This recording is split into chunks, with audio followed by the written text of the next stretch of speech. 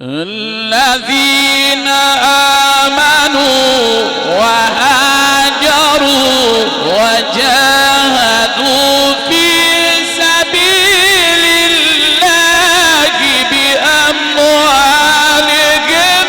وأنفسهم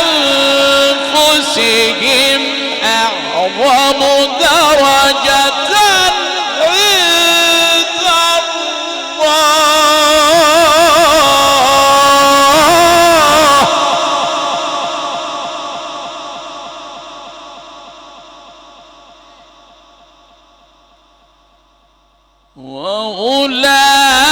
وأولئك هم الفائزون.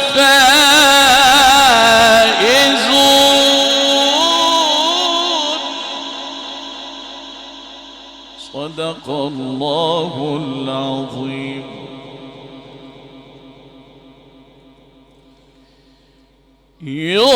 يبشرهم ربهم برحمة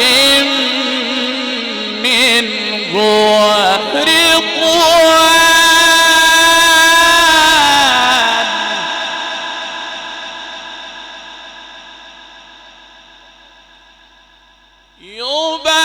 يبشرهم ربهم برحمة منه ورضوان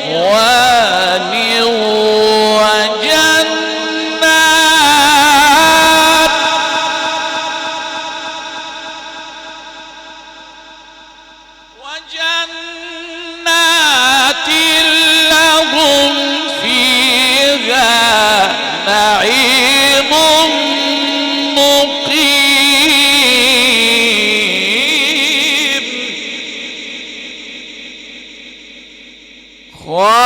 خالدين فيها أبدا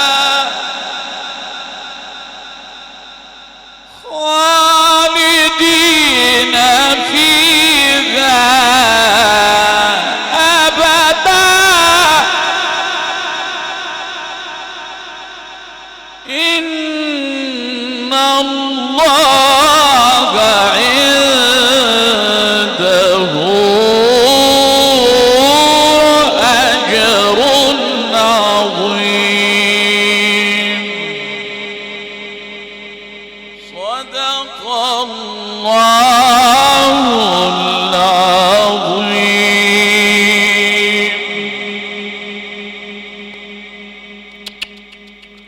وبالحق أنزلناه وبالحق نزل وما أرسلناك إلا مبشرا ونذيرا وقرآنا فرقناه لتقرأه على الناس على مكس ونزلناه تنزيلا.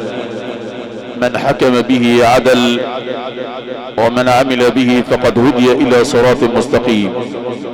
كنا خاشعين إلى آيات الله البينات راعي أول التوبة. أسأل الله العلي القدير أن يديم على سيدنا مجال التوفيق دائما يا رب العالمين. كنا خاشعين إلى هذه التلاوة المباركة من فضيلة القارئ الشيخ أحمد عوض أبو فيوم قارئ اتحاد الإذاعة والتلفزيون العربي نقيب القراء بمحافظة كفر الشيخ وعضو المجلس الأعلى للشؤون الإسلامية وقارئ مسجد سيدي إبراهيم الدسوقي بمدينة دسوق. مخازن الفراشة الحديثة الكبرى وقصور الضيافة المتنقلة إدارة الحج حبشي الجندي المقيم بمدينة الدلنجات نيابة عن أسرة العزاء الكريمة. شكر الله سعيكم جميعا.